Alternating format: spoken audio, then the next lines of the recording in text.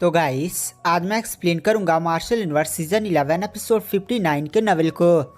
तो गाइस अगर आपको हमारी इस वीडियो की एक्सप्लेनेशन पसंद आती है तो चैनल को लाइक सब्सक्राइब जरूर करें। अगर आपने हमारे पिछले एपिसोड्स को मिस कर दिया तो एक बार चैनल में जाकर वहां पर चेकआउट जरूर करें। तो चलिए बिना किसी देरी के आते हैं कहानी की मेन स्टोरी लाइन पर। तो इस एपिसोड की स्टार्टिंग वहीं से होती है जहां से पिछला एपिसोड खत्म हुआ था। तो गाइस पिछले एपिसोड में हमने फॉक्स एंसेस्टर को देखा था जिसने लिंगडोंग को बताया था कि जब एंशिएंट डिवॉर्विंग मास्टर उस विमानों की दरार जहां पर इमोस की दुनिया नहीं उसमें घुसे थे तो मैं भी साथ थी। लिंगडोंग यह बात सुनकर काफी ज्यादा शॉक हो जाता है और फिर वो फॉक्स एंसेस्टर से पूछता है क्या सच में आप एंशिएंट डिवॉर्विंग मास्टर के साथ उस रियलम में घुसी थी। वहां पर फॉक्स एंसेस्टर हाँ में सिर हिलाती हैं। गाइस यहाँ पर लिंगडोंग अंदाजा लगाता है कि फॉक्स एंसेस्टर भी उस विमानों की दरार में गई थी जो इमोस की दुनिया का था। तो आखिर फॉक्स एंसेस्टर भी कितनी ज्यादा पावरफुल होंगी। वहां पर जो फॉक्स एंसेस्टर होती है वो लिंगडोंग से बोलती है चलो लिंगडोंग इन सारी बातों को साइड रखो, दरअसल मैं तुमसे एक बात बताना चाहती हूँ। जैसे तुम इस जगह से बाहर निकलना मतलब इस एंसेस्टर हॉल से बाहर निकलना तो फॉक्स ट्राइब के सभी लोगों से बोल देना कि जो मैंने बड़ी सी फॉर्मेशन नहीं छोड़ी थी जो अभी भी उनकी प्रोटेक्शन कर रही है उस फॉर्मेशन को वो लोग पूरी ताकत से एक्टिवेट कर देंगे। ऐसा इसलिए क्योंकि यहाँ पर देखिए जो खून का समुद्र दिख रहा है ना इसमें हमारे फॉक्स ट्राइब के सभी कल्टिवेटर्स का ये खून है और उनकी बॉडी में इस टाइम काफी ज्यादा मतलब इस खून में गाइस काफी ज्यादा पावर है। तो यहाँ पर जो फॉक्स एंसेस्टर है वह इन सभी खून की एनर्जी को प्यूरिफाई करेंगी और जो इमोस ने उनकी ब्लड लाइन को थोड़ा सा खराब और अप कर दिया था उसको भी फॉक्स एंसेस्टर रिपेयर करेंगी। साथ ही साथ ये जो खून के समुद्र की जितनी भी एनर्जी है मैं उसको एकदम प्यूरिफाई करके पूरे फॉक्स ट्राइब के लोगों में बांटूंगी जिससे उनकी कल्टीवेशन काफी स्पीड के साथ बढ़ेगी। लिंगडोंग जैसे बात सुनता है वो भी काफी ज्यादा शौक हो जाता है क्योंकि इससे ये जो खून का समुद्र था वो काफी ज्यादा बड़ा था और इसमें काफी ज्यादा भयानक मात्रा में एनर्जी मौजूद थी। अगर ये सारी एनर्जी फॉक्स ट्राइब के लोगों को दे दी जाए ना तो सच में फॉक्स ट्राइब के जितने भी कल्टिवेटर्स हैं वो फिर से काफी ज्यादा स्ट्रॉन्ग हो जाएंगे। वो लोग फिर से मतलब एकदम वर्ल्ड स्टेज के भी हो सकते हैं कल्टिवेटर से इसमें से निकल आए। यहाँ पर जो लिंगडोंग होता है वो हमें सिर हिलाता है। वहां पर जो सीकिंग होती है वो भी फॉक्स एंसेस्टर की बातों को सुनकर काफी ज्यादा खुश हो जाती है और कहती है फाइनली मेरे जो फॉक्स ट्राइब है फिर से अपनी पुनः स्थिति में वापस आएंगे यानी ये लोग फिर से पावरफुल होंगे और जो लोग इन पर बुरी नजर डालते हैं उनसे अब ये लोग लड़ सकते हैं। यहाँ पर सीकिंग काफी ज्यादा खुश होती है और फिर वह सीधे लिंगडोंग के सामने झुक जाती है और एक अजीब सी मुद्रा बना लेती है। गाइस यहाँ पर सीधे कहने का मतलब यह है कि यहाँ पर जो सीकिंग है ना वो कसम खा रही है कि जो लिंगडोंग के साथ वो हमेशा ही रहेगी और लिंगडोंग ने जो उन पर उपकार किया हुआ उन्हें कभी नहीं भूलेगी।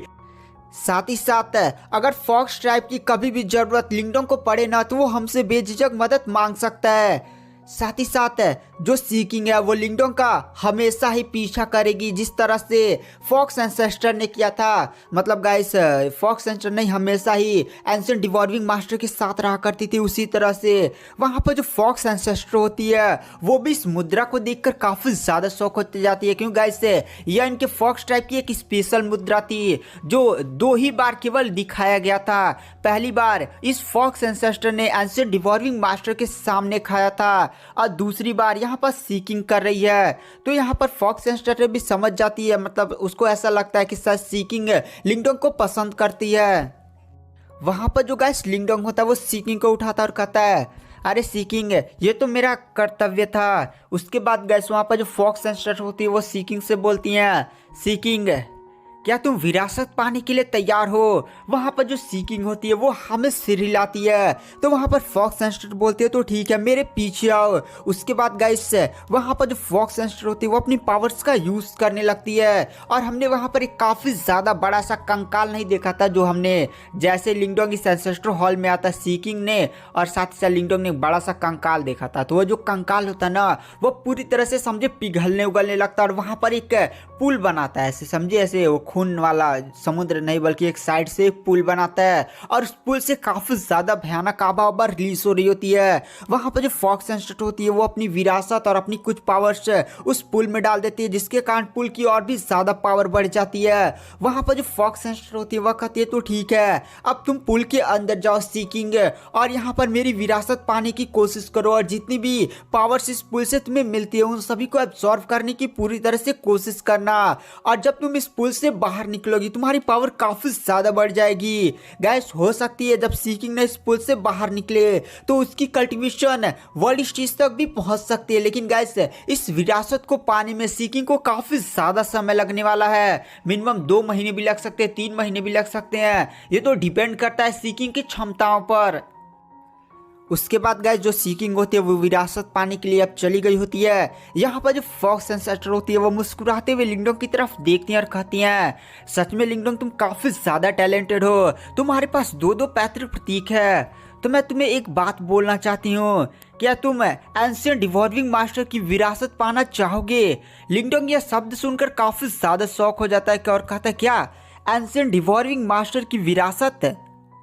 आपका कहने का क्या मतलब है कि जो एंशिएंट डिवॉल्विंग मास्टर हैं वो फिर से इस दुनिया में रीइंकार्नेट नहीं कर रहे हैं? तो गाइस चलिए मैं इस पूरे केस को बढ़िया से एक्सप्लेन कर देता हूँ। आपको याद है जितने भी मास्टर हैं, जैसे गॉड लाइक कल्टिवेटर के टोटल 8 डिसाइपल्स थे जिनके पास 8 पैतृक प्रतीक थे। पहला स्नो मास्टर, और हमने फ्लेम मास्टर को भी देखा था, और चाउटिक मास्टर, इन सभी मास्टर्स को देखा है जो कहीं ना कहीं रीइंकार्नेट कर रहे हैं दूसरे बंदों में। और जैसे वो लोग रीइंकार्नेट हो जाएंगे पुरानी उनकी शक्तियाँ वापस आ जाएंगी, साथ ही साथ उनकी सारी याददाश्त भी वापस आ जाएगी। और गाइस विरासत किसी के केस में तभी मिलती है ना जब वो बंदा इस दुनिया से पूरी तरह से ख़त्म हो जाए। दरअसल मान लीजिए ये जो स्नो मास्टर वो इस पूरी दुनिया से ख़त्म हो जा रही है, मतलब वो अभी रीइंकार्नेट कर रही है ना, वो रीइंकार्नेट ना करे, मतलब पूरी तरह से उसकी सोल और सब कुछ ख़त्म हो चुकी है, तो वो अपनी विरासत छोड़कर जाती है ताकि उसे दूसरे बंदे प्राप्त करें और पावरफुल बने। तो यहाँ पर लिंगडोंग यही पूछना चाहता था फॉक्स एंसेस्टर से कि यहाँ पर जो एंशिएंट डिवॉल्विंग मास्टर है वो रीइंकार्नेट नहीं कर रहे हैं क्या यहाँ पर एंशिएंट डिवॉल्विंग मास्टर इस दुनिया से पूरी तरह से खत्म हो चुके हैं? यहाँ पर लिंगडोंग की इस बात को सुनकर जो फॉक्स एंसेस्टर होती है उनका थोड़ा सा चेहरा उदास हो जाती है और फिर वह लिंगडोंग की तरफ देख कर कहती है, लिंगडोंग चलो मैं तुम्हें उस टाइम की असली कहानी बताती हूँ कि आखिर यहाँ पर जो फॉक्स एंसेस्टर है, सॉरी गैस एंशिएंट डिवॉल्विंग मास्टर है, वह इस दुनिया से पूरी तरह से क्यों खत्म हो गए। दरअसल जब इमोस की बैटल हुई तो सभी मास्टर ने साथ ही साथ गॉड लाइक कल्टिवेटर ने काफी ज्यादा भयानक बैटल लड़ी, सभी लोगों ने इमोस को मार दिया, ये हो गया, लेकिन वो लोग भी काफी ज्यादा घायल हो चुके थे। और जब हमारे मास्टर यानी गॉड लाइक कल्टिवेटर ने अपना बलिदान देकर इमोस की दुनिया का जो इस दुनिया में विमानों का दरार ओपन हुआ था उसे बंद कर दिया था, एकदम इमोस को जान से मार दिया था और इमोस इधर उधर भाग गए थे। तो जब फाइट से एकदम शांत हो गए, इमोस छुप छुप कर इधर से निकल गए, तो सभी मास्टर्स काफी ज्यादा घायल थे और इस टाइम गॉड लाइक कल्टिवेटर भी एकदम समझे खत्म ही होने वाले थे। उनके पास केवल थोड़ी सी एनर्जी बची थी, उनके पास केवल इतनी एनर्जी बची थी ना कि उनके जो सभी डिसाइपल्स थे वो मरने वाले थे, एकदम समझे मर जाते।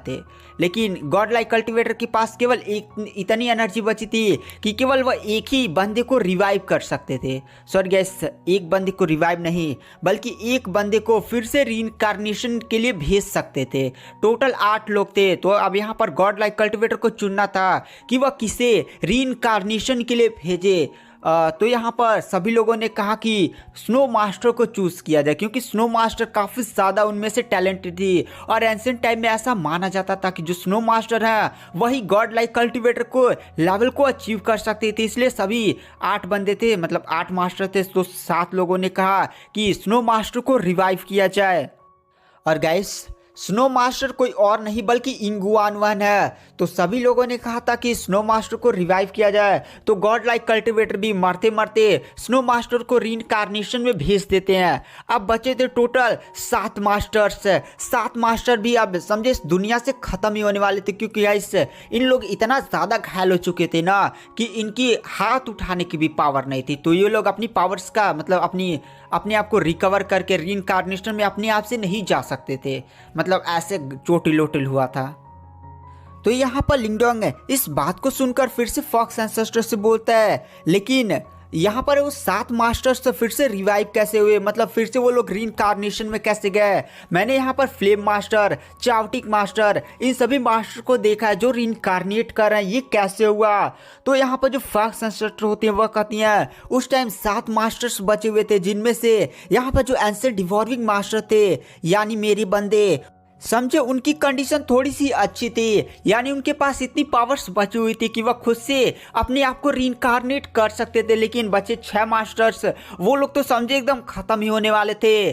बट वहां पर एंशिएंट डिवॉर्विंग मास्टर ने एक फैसला किया कि वो अपना बलिदान देंगे, मतलब वो इस दुनिया से हमेशा के लिए जा रहे हैं, वो कभी भी इस दुनिया में रीइंकार्नेट नहीं होंगे। और अपना जो रीइंकार्नेशन था उसका बलिदान देकर अपनी सारी पावर जितना भी हो सके उतना इकट्ठा किया और फिर बचे हुए 6 मास्टर्स को प्रोवाइड किया ताकि 6 मास्टर फिर से इस दुनिया में रीइंकार्नेट कर सके। वह कहें कि 6 तो आएंगे, मैं खत्म हो जा रहा हूँ, मेरा अब इस दुनिया में कोई काम नहीं है। और इसी तरह यहाँ पर एंशिएंट डिवॉर्विंग मास्टर थे वो 6 मास्टर को रीइंकार्नेशन के लिए भेज देते हैं और अपने आप को इस दुनिया से खत्म कर लेते हैं। यह बात जब वहां पर फॉक्स एंसेस्टर बोल रही थी तो उन बातों को याद कर अभी भी समझिए वो उसके आंसू निकल आ रहे होते हैं।